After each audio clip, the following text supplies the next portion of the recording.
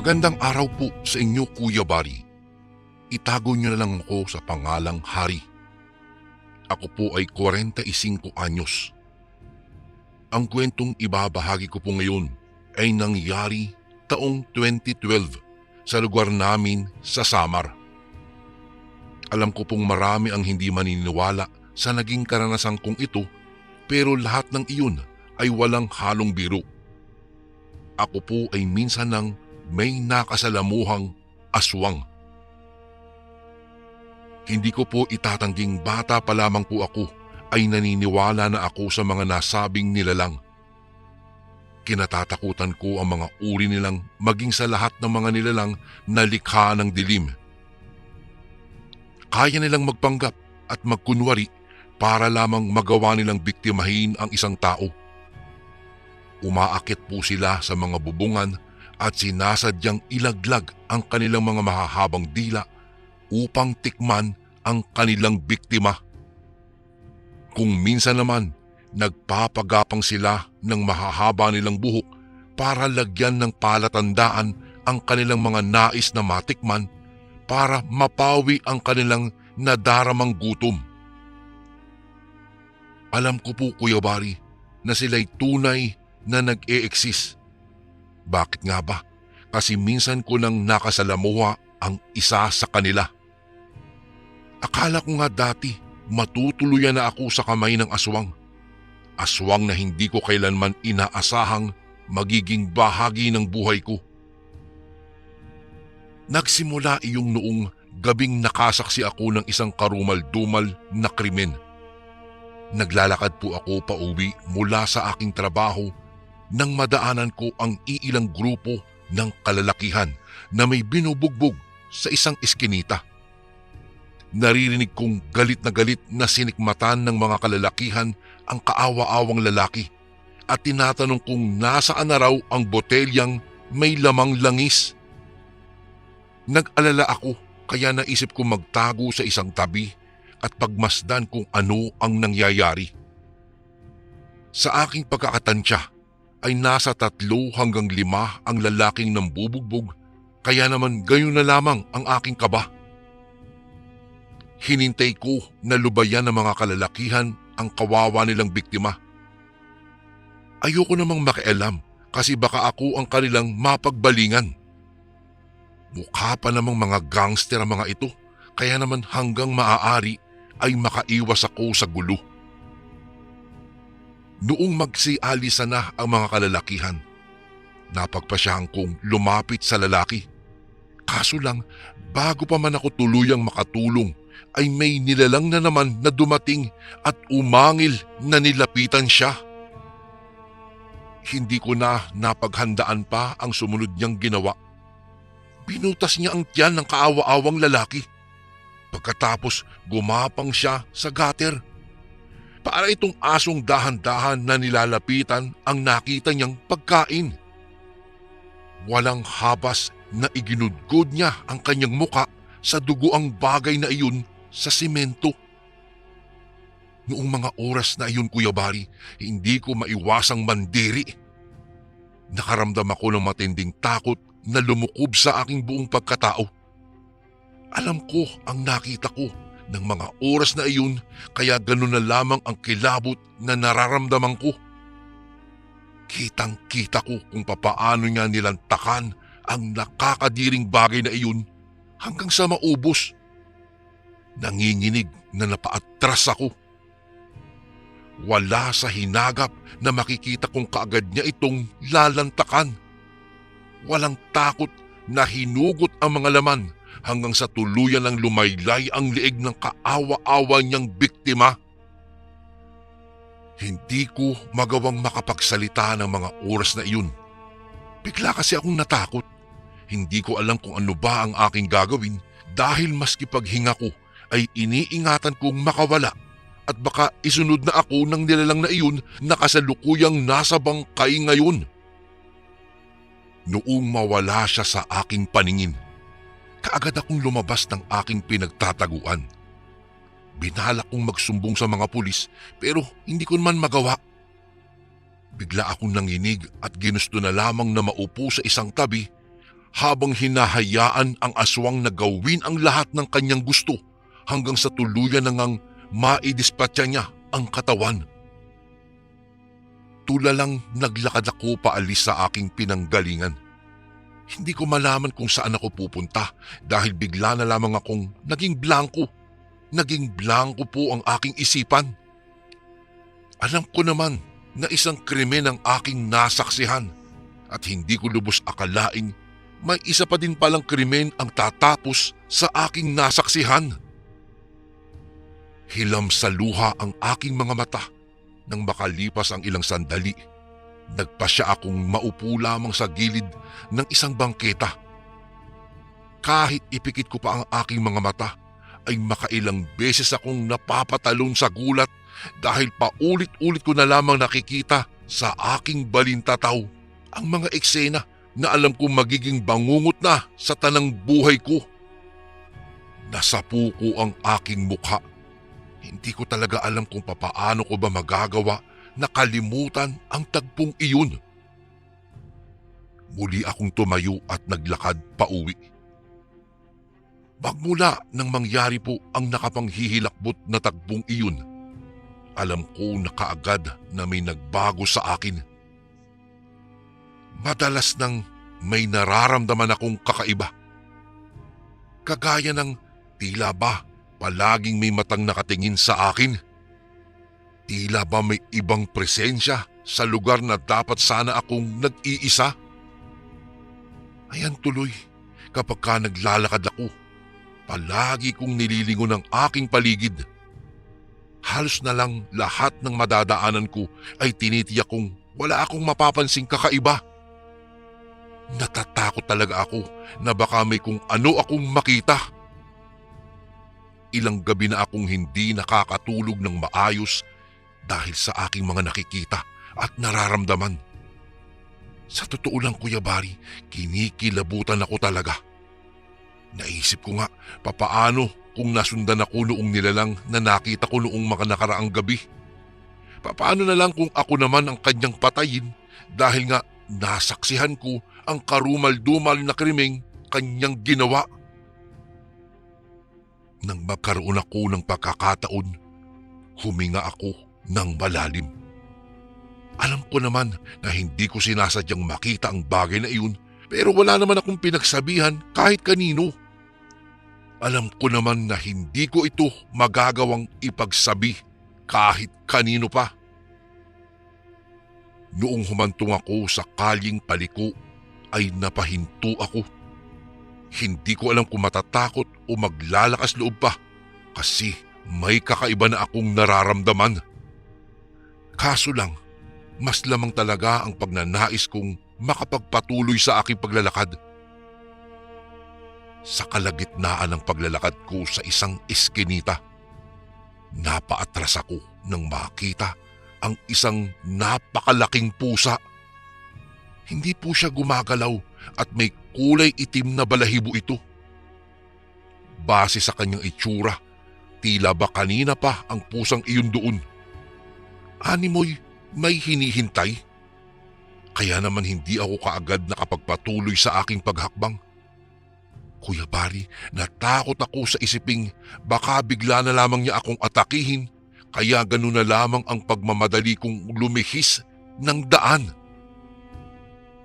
Pilit ko siyang nilalagpasan hanggang sa mapagtagumpayan ko nga ito. Ngunit halos panawa naman ako ng ulirat nang makita ko ang anino ng pusa sa aking likuran. Hindi ito pusa, kung hindi isang anino ng isang babae. Mas lalo ko pang binilisan ng aking paglalakad. Hindi ko na binigyan ng pagkakataon ang pusa na gumalaw pa at sundan ako. Mabilis pa sa 4:00, tinakbo ko na ang kalsada para makalayo lamang ako sa kanya. Ngunit sa labis kong gulat, humahangos din na hinahabol ako ng nilalang, kaya naman hindi ko na malaman ang aking susunod na hakbang. Mangiyak-ngiyak na nagmakaawa ako matapos matumba ng kanya akong dambahan. Sa pagkakataong iyon, naghugis tao na siya. Ang buong akala ko nga ay papatayin na ako ng nilalang, ngunit nagulat na lamang ako nang magsalita ito. Anya, ano daw ang nakita ko noong gabing iyon? Napakunot ako sa kanyang tinuran. Pagkuhay, marahas na umiling saka sinabing wala akong nakita. Marahas akong kinalmot ng nilalang sa kamariing sinabi kung ano ba talaga ang nakita ko noong nakaraang gabi. Nanginginig na inalala ko ang kanyang sinabi hanggang sa mamutla ako nang maalala na siya ang may kagagawan ng pagpatay sa kaawa-awang lalaking biniktima ng pambubugbog ng iilang kalalakihan. Pinilit kong kumawala sa pagkakadaga ng aswang na iyon sa akin, ngunit naging masigasig din siya sa paghawak. Mas naging mabangis ang kanyang mukha at mabalasik ang anyo na tila ba nais niya akong lantakan. Sinubukan kong magmakaawa, ngunit naging matindi lamang ang panginginig ko nang marinig mula sa kanya ang nakakasindak niyang mga plano na hindi ko kailanman inakala.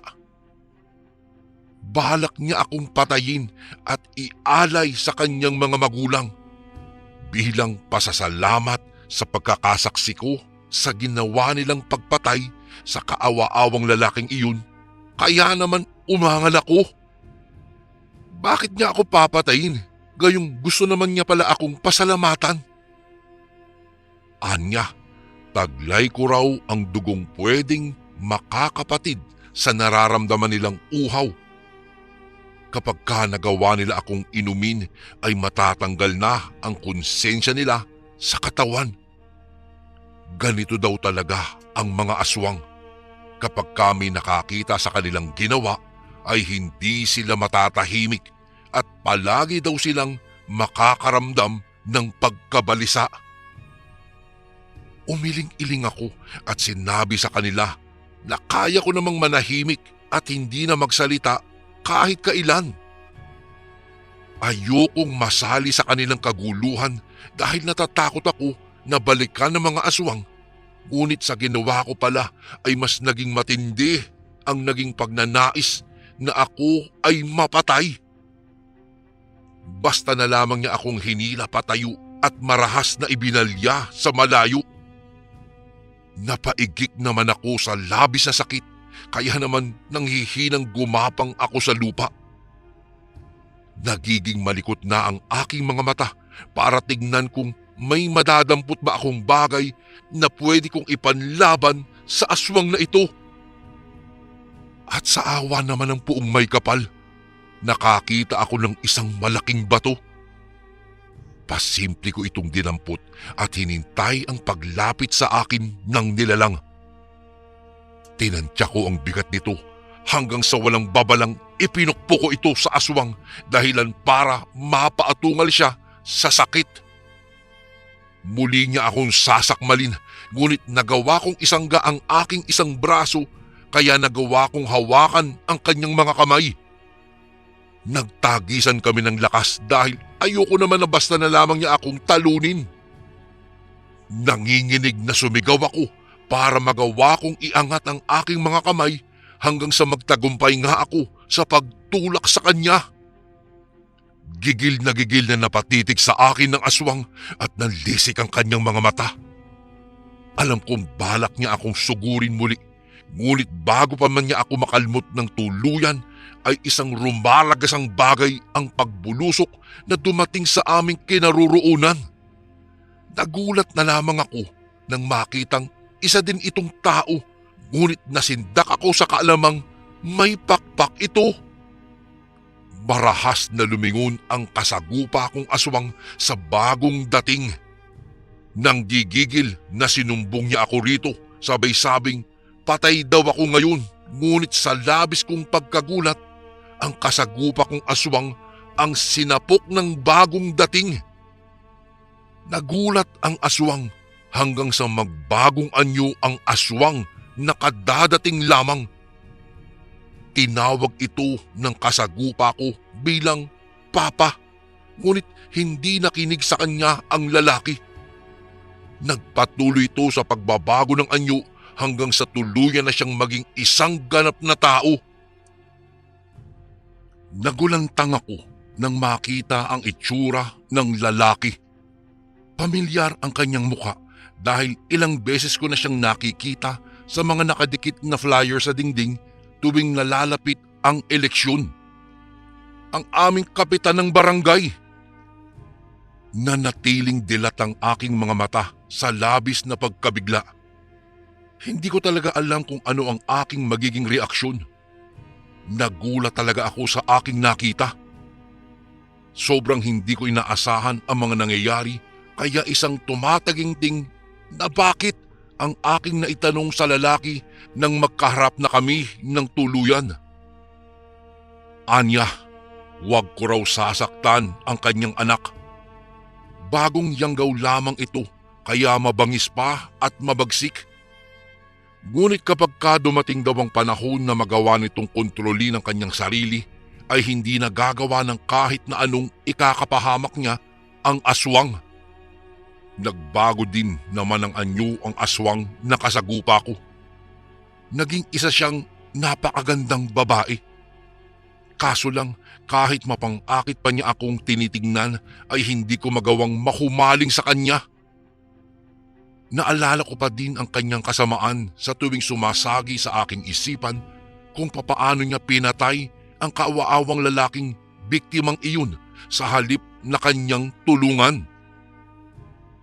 Umiling ang babae at mapang-insultong sinabi sa akin na hindi ko siya pwedeng husgahan dahil kahit kailan hindi raw ako makaka-relate sa kanyang nararamdaman.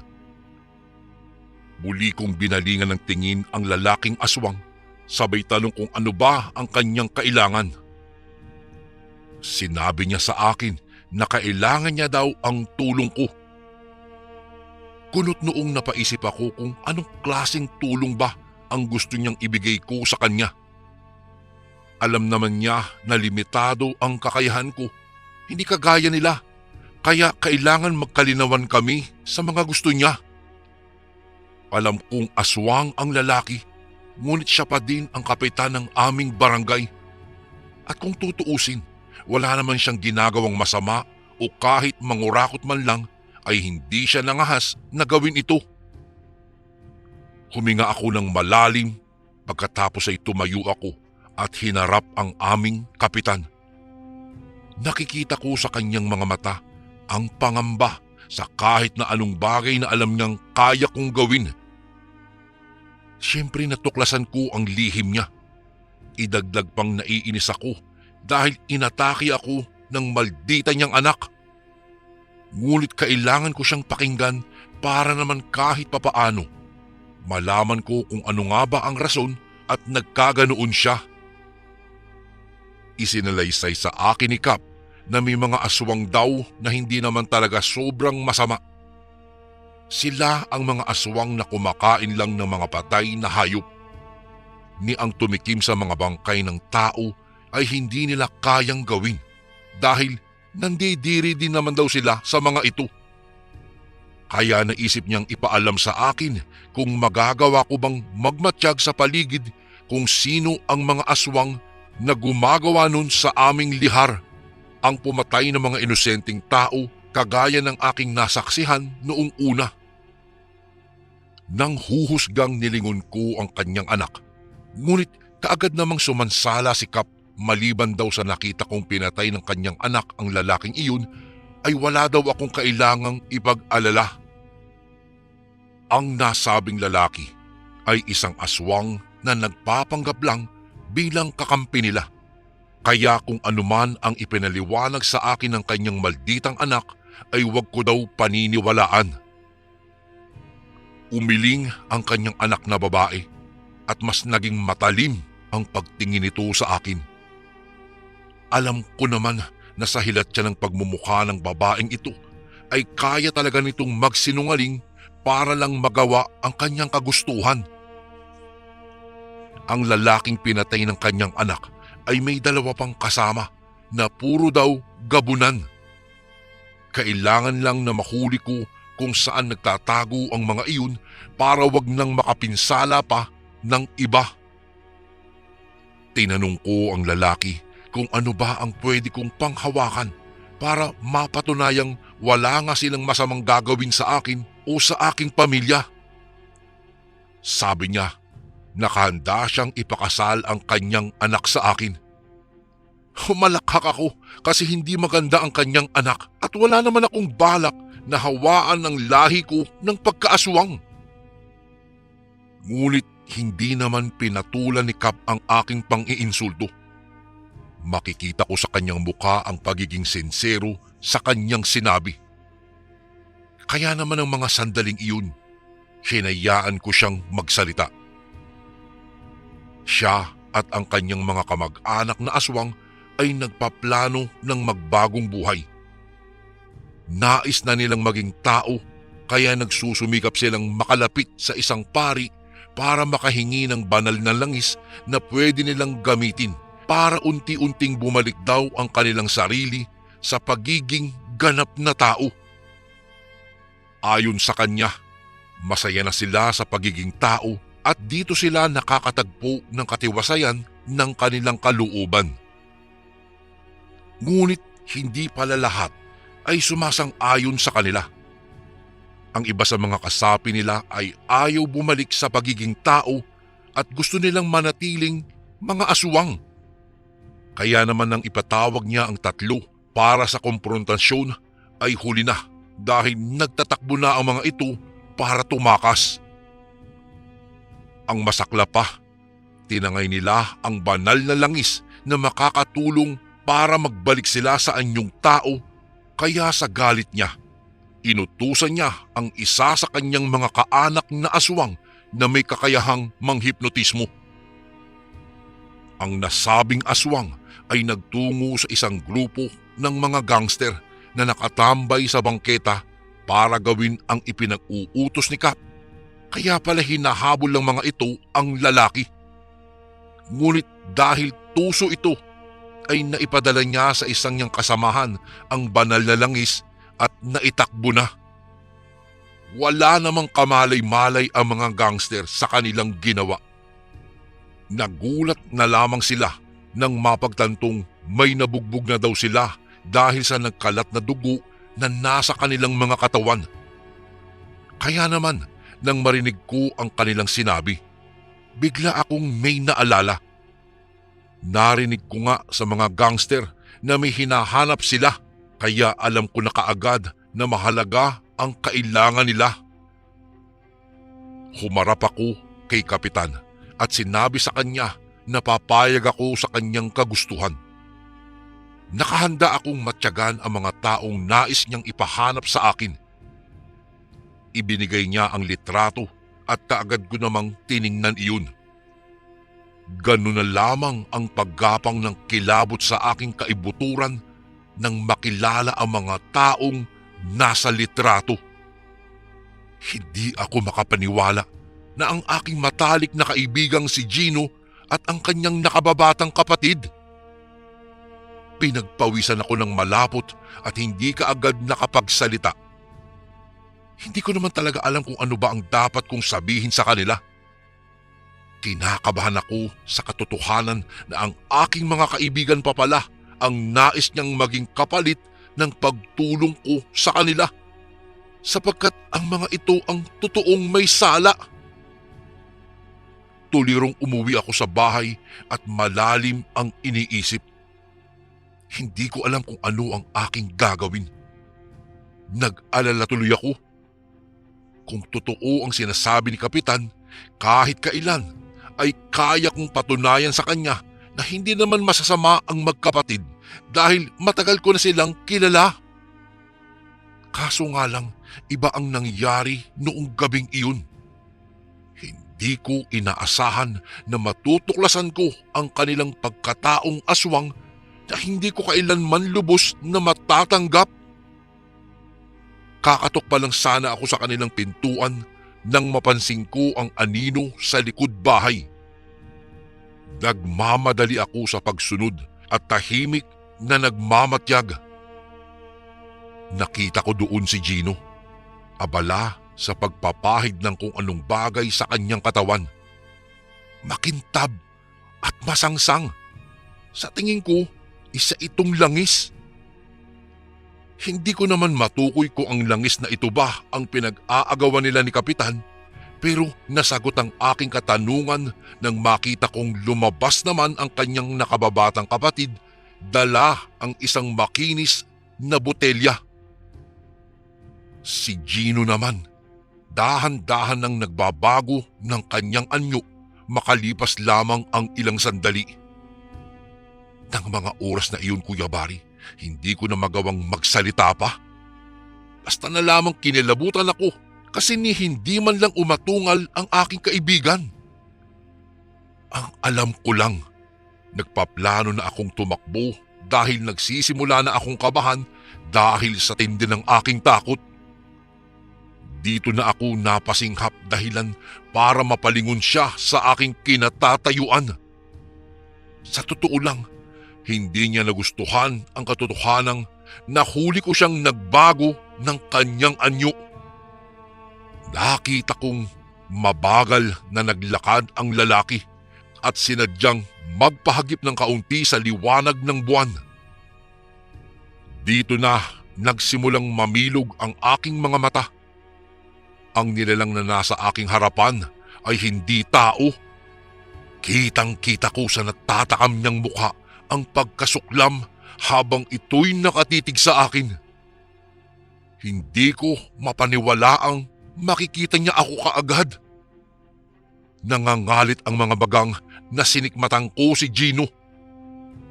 Bakit nagawa niyang ilihim sa akin ang buong katotohanan tungkol sa pagkatao niya? Bakit niya ako niloko? Imbis na matakot sa aking komprontasyon, ay nang gigigil na ipinakita niya lang sa akin ang kanyang matutulis na kuko. Nasaksihan ko ang kanyang nakahihindik na hitsurang ni hindi ko na kayang sikmurain pa. Kay laki ng kanyang bibig, maging ang mga mata. Higit sa lahat, may dila siya na kung gumalaw ay katulad ng parang isang sawa, parang manunuklaw. Hindi naman ako nakagalaw sa aking kinatatayuan. Ang alam ko lang, habang abala pa siya sa pananakot sa akin, ay sinamantala ko naman ang kanyang pagkaabala. Inilabas ko ang punyal na kailangan kong gamitin para magawa ko siyang kalabanin. Bago pa man ako makapiyok, inatake na ako ng malaking nilalang na iyon. Napasigaw na lamang ako at hindi magkanda-ugaga sa pagsangga sa kahit ilang beses pang pagkalmot sa akin ng aswang. Dito na ako natakot dahil nang tinangka kong kausapin ulit ang nilalang ay umatungal na ito at sumingasing na tila bang isang mabangis na hayop, saka tumulo pa ang malalapot nitong laway. Anya, alam daw niya ang dahilan kung bakit ako naroon at nagmamatsyag sa kanya. Matagal na daw niyang alam na inalok ako ng aswang nilang kapitan para agawin ang langis na magiging dahilan ng pagkawala ng kanilang lahi. Ayaw na daw nilang maging tao. Gusto lang nilang maging aswang. Umiling ako at sinabi sa kanya na hindi siya magtatagumpay sa kanyang nais na mangyari. Anya, una daw akong lalapain bago sina kapitan. Taranta namang nagsisigaw ako at hindi malaman ang aking gagawin. Kinilabutan ako. Isipin pa lang na mamamatay ako sa talim ng kanyang mga kuko ay hindi ko na kayang tanggapin pa sa aking sistema. Nakita ko ang balak niyang paglapit sa akin kaya naman naging mabilis ang aking mga pagkilos. Dumampot ako ng bato sa kalsada at malakas na ibinato sa aswang na papasugod na sa akin. Umangil naman siya ng mapatitig sa akin, ngunit nakapagtatakang hindi man lang niya inutusan ang kanyang kapatid na atakihin din ako. Sa halip, muli akong binalingan ng aswang na kaagad nang nagsalita. Babalian daw niya ako bago niya lapain ang aking mga kakampi. Galit na tinanong ko naman sa kanya kung ano ba ang kasalanan namin sa kanya at inaatake niya kami. Ngumisi lamang ang aswang at ipinakita ang kanyang mahabang dila. Papatayin daw niya ako sa salang pakikipagsundo sa alok ng mga aswang na maging kakampi nila. Nag-init ang aking ulo at kaagad siyang inatake. Gamit ang aking punyal ay iwinasiwas ko ito sa kanya. Basta na lamang din siyang dumaluhong sa akin at mabangis na pinagkakalmot ang aking mukha. Hindi lang nagtagumpay si Gino sa pag-atake sa akin dahil nagawa ko pang ipananggalang ang aking braso dahilan para siya ang nagtamo ng napakaraming kalmot. Makailang beses pa niyang sinabi na papatayin daw niya ako pero hindi na ako nakinig pa sa kanya. Humalakhak bigla ang aswang na kasalukuyang kaharap ko. Kay pupula ng nanlilisik na mga mata nito at umaangil na parang tigre. Sa pag-aakalang makakaya ko siyang kalabanin ay nagpatuloy ako sa pag-atake. Lahat ng lakas na kaya kong ihataw ay inihampas ko sa kanya at literal na pinatamaan ang kanyang mukha. Ngunit napagtanto kong mas mabangis pa pala ito na ni sa hinagap ay hindi ko inaasahan. Sa tuwing nasusugatan ko siya ay mas lalo lang siyang nauulaol sa galit. Kaya nang mapansin kong nakatitig pala siya sa akin ay mabilis kong tinarak ang punyal at sinaksak ang aswang. Napahiyaw siya at tumirik ang kanyang mga mata at kaagad na bumagsak sa lupa. Bumulwak ang dugo sa nilikha kong sugat dito. Dito na nagtapos ang kanyang buhay, ngunit sa halip na magalit ang kanyang kapatid, ay natuwa na din ito sapagkat nais din pala niyang magbago at ayaw na niyang maging aswang. Sa aming laban na iyon, Kuya Bari, hindi ko alam, nanonood pala sa amin si Kapitan. Nasaksihan niya ang pagbagsak ng aking kaibigan. Magmula noon, hindi na kami binulabog pa ng mga nilalang ng dilim. Nakamit na nila ang kanilang mga kagustuhan at sila'y namuhay na lamang ng tahimik. Isang pangyayari po sa aking buhay ang hinding-hindi ko na makakalimutan, Kuya Bari. Isang pangyayaring hindi ako makapaniwala na inalok ako ng pamilyang aswang para sa kanilang kabutihan. Hanggang dito na lang po ang aking kwento at sana'y mapili niyo rin po ito sa mga darating na araw. Happy New Year po, Kuya Bari. More power po and God bless po sa lahat ng kasundong nakikinig ngayon. Lubos na gumagalang, Hari. Lagi ka bang nangihina? Pakakulam o palipad hangin na yan? Ito ang mga signs. Una, mabilis kang mapagod kahit kakagising mo lang. Pangalawa, bigla kang lalamigin o nilalamig o pinagpapawisan kahit hindi naman mainit. Pangatlo, parang may gumagapang na lamig sa likod o dyan sa batok mo. Pang-apat, sumasakit ang ulo o tiyan pero normal naman ang check-up. At ang panglima, pakiramdam mo ay parang may kumukuha ng lakas mo araw-araw. Kaya marami sa amin ang kumuha ng Kaligon bracelet bilang personal na panangga. Ang Kaligon bracelet ay espiritual na panangga laban mo sa kulam, barang, tigalpo, palipad hangin, usog at lahat ng anyo ng sumpa. Kasama na dito, kapatid, ang rebuelta o ang pagbabalik ng sumpa sa nagpadala nito.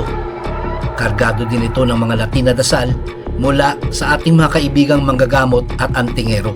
Simple lang kasundo, isuot mo lang ito. Malaki ang tulong nito, lalong-lalo na kung madalas kang manghina. Nasa baba ang yellow basket. Kung hindi mo makita, isearch mo lang sa Lagbantay Kaligon Bracelet.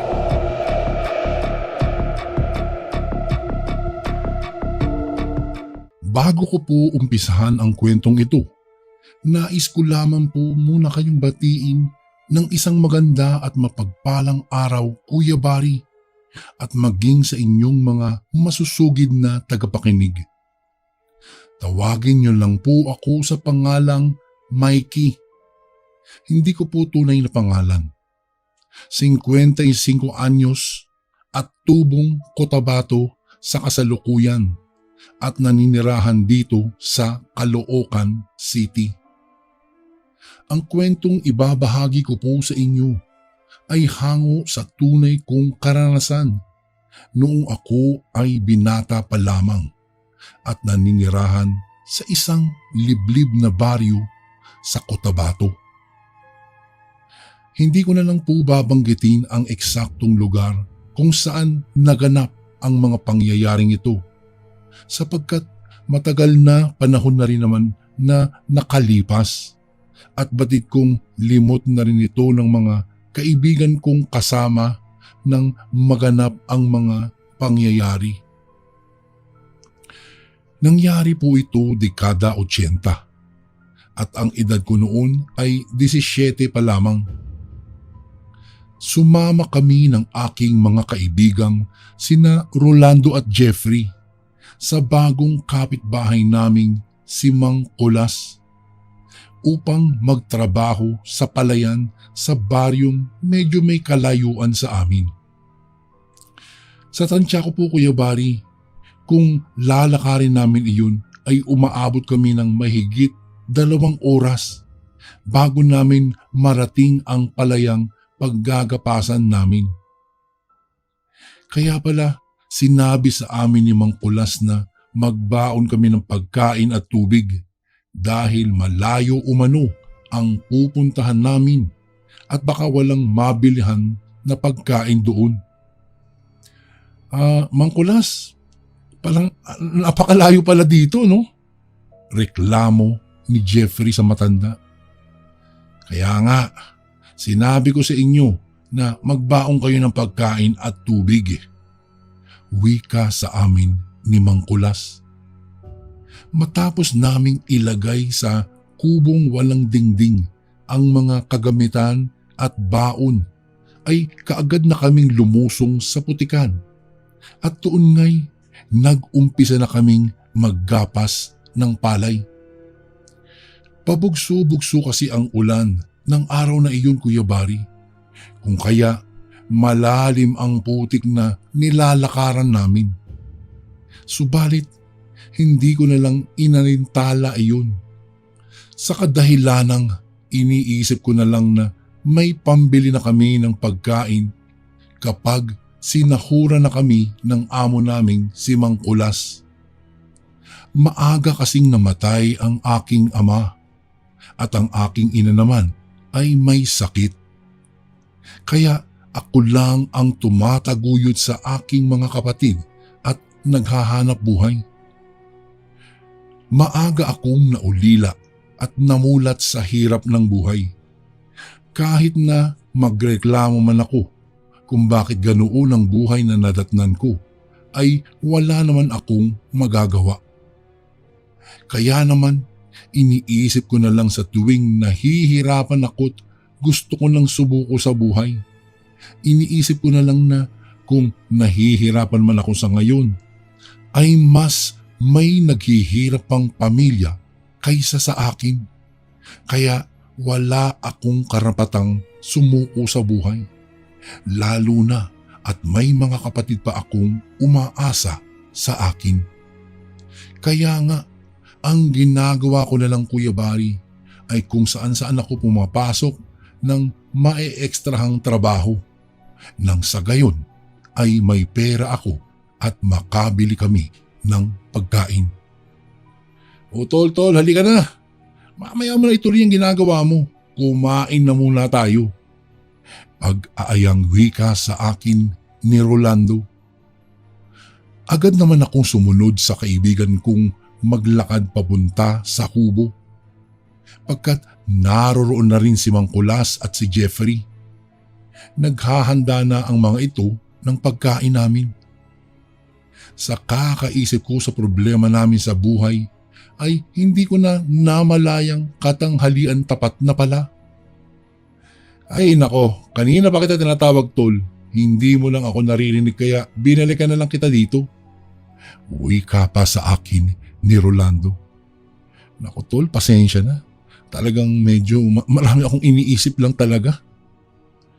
Iniisip mo na naman siguro yung nanay mong may sakit ano. Kaya lutang ka na naman. Saad pa niya. Hindi na lamang ako sumagot sa tinuran niya at agarang sumunod na lang. Pagsapit ng 5:00 ay natapos na kami sa aming ginagawa. Kaya naman, hinintay na lang naming dumating at magpasahod ang amo naming si Mang Kulas. Pasado 6:00 na nang makarating iyon at makulimlim na ang paligid sa kadahilanang maggagabi na at kakaunti na lang ay lalamunin na ng dilim ang buong paligid. Ano ba yan? Hinabot na tayo ng takip silim sa kahihintay dito bago ibigay iyong pasahod. Narinig kong reklamo ni Mang Kulas. Naku, ayos lang po yun, Mang Kulas. Uuwi na rin naman tayo eh. Tugon ko kay Mang Kulas. Sa bagay, pero dapat maaga pa lang nagpasahod na si Bossing. Alam naman niyang delikado itong baryong pinasukan natin eh. Wika pa nito. Hindi ko maintindihan si Mang Kulas ng mga sandaling iyon kung bakit nasabi niyang delikado ang baryong pinasukan namin dahil sa wala naman akong kakaibang nararamdaman mula kaninang umaga. Kaya papaano niya nasabing delikado ito? Matapos kaming bigyan ng pasahod ay kaagad na kaming naglakad papauwi. Habang naglalakad kami ay napansin kong may nag-uumpukang mga tao sa isang maliit na kalye. Subalit ang pinagtataka ko lang ay wala namang kaming nadaan ng palengke kaninang umaga. Kaya papaanong nagkaroon bigla ng palengke sa gilid ng daanang iyon, samantalang wala namang kabahayan? Bago ko po ipagpatuloy ang kwentong ito ay may request sana ako sa iyo kasundo. Isang pindot lang ito kasundo sa subscribe button namin. Malaking tulong po ito sa amin kasundo upang mapagpatuloy pa namin ang mas marami pang magagandang kwento. Salamat sa pag-subscribe mo, bagong kasundo.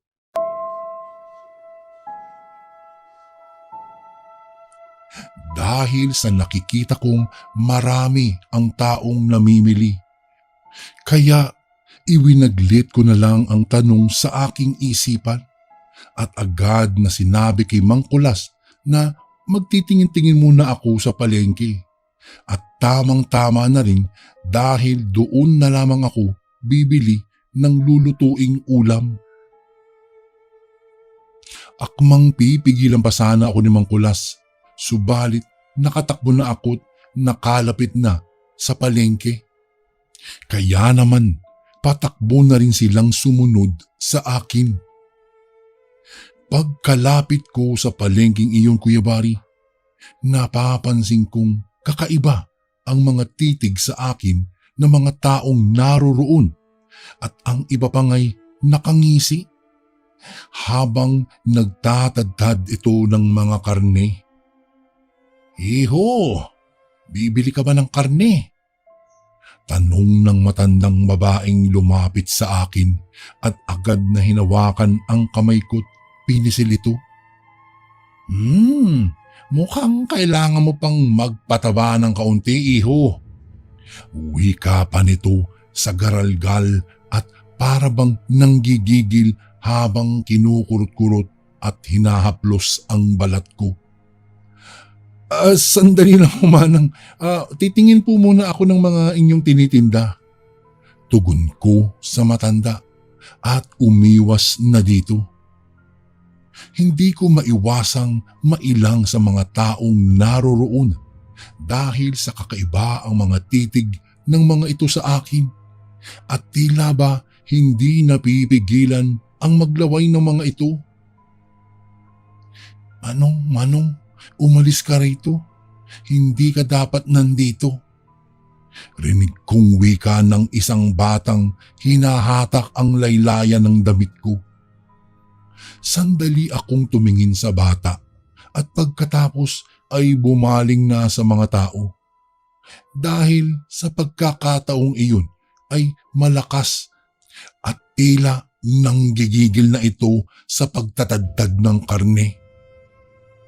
Umalis ka na kuya. Aswang ang tao rito sa palengke. Bulong ulit ng bata. Kaya naman nanlaki ang aking mga mata at napatingin ulit sa mga tao. Lintik kang bata ka. Pinagod mo ako sa kakahabol sa iyo. Halika na at umuwi na tayo. Nagulat naman ako kay Mang Kulas nang bigla niya akong hawakan at kinaladkad na palayo sa palengking iyon. Sus Mariosep, bata ka.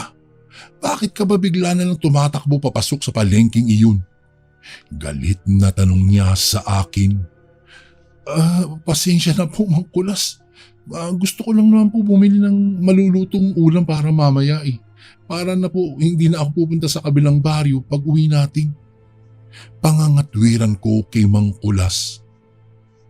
Akmang magsasalita pa sana si Mang Kulas nang bigla na lamang kaming nakarinig ng pag-angil ng aso at sumisinghap-singhap iyon na tila ba nasusuka. Kaya naman napatingin na kami sa gawi kung saan iyong asong nag-iingay.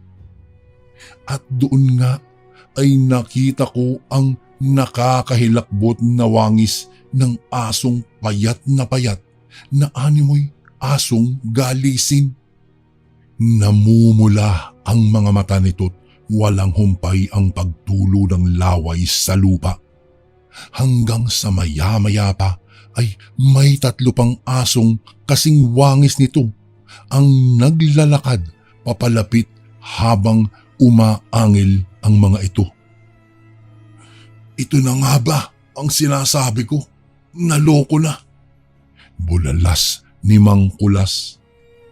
Aswang ang mga iyan. Palengke ng aswang ang napuntahan mo, bata. Tumakbo na tayo. Sigaw ni Mang Kulas at mabilis pa sa 4:00 kaming kumaripas ng pagtakbo. Nasipat ko pang hinahabol kami ng aswang at nakarinig na ako ng huni ng wakwak sa paligid. Bilisan niyong tumakbo riyan! Sigaw ni Mang Kulas sa amin. Sa hindi ko malamang dahilan, Kuya Bari, ay kung bakit tila ba napakabilis tumakbo ni Mang Kulas ng mga sandaling iyon at para bang hindi siya matanda sa paningin ko. Daig pa kaming mga binatilyo sa bilis ng kanyang pagtakbo. Hanggang sa maya-maya pa ay noong akmang susunggaban na ako ng nakakahilakbot na aso ay mabilis na humarang si Mang Kulas at nakita kong hinampas niya ng bitbit niyang kahoy ang nilalang ng ubod ng lakas. Kaya naman tumilapon iyon at umangil na animoy nasasaktan. Hindi naman kami tinantanan ng iba pang mga nilalang na humahabol kung kaya sinigawan na kami ni Mang Kulas na bilisan pa ang aming pagtakbo. Hanggang sa ilang sandali pa ay tuluyan na kaming nakalayo sa mga aswang na humahabol sa amin. Putragis kang bata ka? Kamuntigan na tayong mapahamak roon? Galit na wika ni Mang Kulas sa akin. Humingi naman ako ng patawad kay Mang Kulas at nalaman ko ring mula sa kanya na ang palengking iyon ay palengke umano ng mga aswang at bibihira lang raw iyon kung magpakita. Kung kaya maswerte na umano ako dahil nakatakas pa kami sa palengking iyon. Dahil ayon sa mga napapabalita ay nagpapakita lamang ang palengke ng mga aswang kapag may gustong biktimahin ang mga ito. Nalaman ko ring may tangang anting-anting at isang albularyo ring pala itong si Mang Kulas. Isa rin siguro iyon sa mga dahilan kung bakit kami nakatakas sa mga aswang na humahabol sa amin. Magmula noon ay hindi na kami bumalik pa na magkakaibigan sa liblib na baryong iyon upang maggapas. Hanggang dito na lang po ang aking kwento, Kuya Bari. Maraming salamat po. Gumagalang, Mikey. Lagi ka bang nangihina? Pakakulam o palipad hangin na yan. Ito ang mga signs. Una, mabilis kang mapagod kahit kakagising mo lang. Pangalawa, bigla kang lalamigin o nilalamig o pinagpapawisan kahit hindi naman mainit. Pangatlo, parang may gumagapang na lamig sa likod o dyan sa batok mo. Pang-apat, sumasakit ang ulo o tiyan pero normal naman ang check-up. At ang panglima, pakiramdam mo ay parang may kumukuha ng lakas mo araw-araw. Kaya marami sa amin ang kumuha ng Kaligon bracelet bilang personal na panangga. Ang Kaligon bracelet ay espiritual na panangga laban mo sa kulam, barang, tigalpo, palipad hangin, usog at lahat ng anyo ng sumpa. Kasama na dito, kapatid, ang rebuelta o ang pagbabalik ng sumpa sa nagpadala nito. Kargado din ito ng mga Latin na dasal mula sa ating mga kaibigang manggagamot at antingero. Simple lang kasundo, isuot mo lang ito. Malaki ang tulong nito, lalong-lalo na kung madalas kang manghina. Nasa baba ang yellow basket. Kung hindi mo makita, isearch mo lang sa Lagbantay Kaligon Bracelet.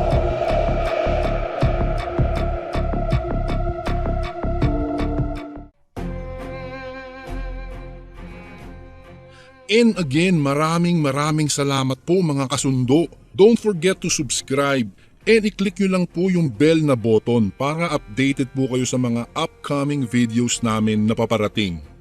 Maraming salamat po ulit. God bless and ingat po lagi dyan. Ito po si Kuya Bari at ako ang Sundo.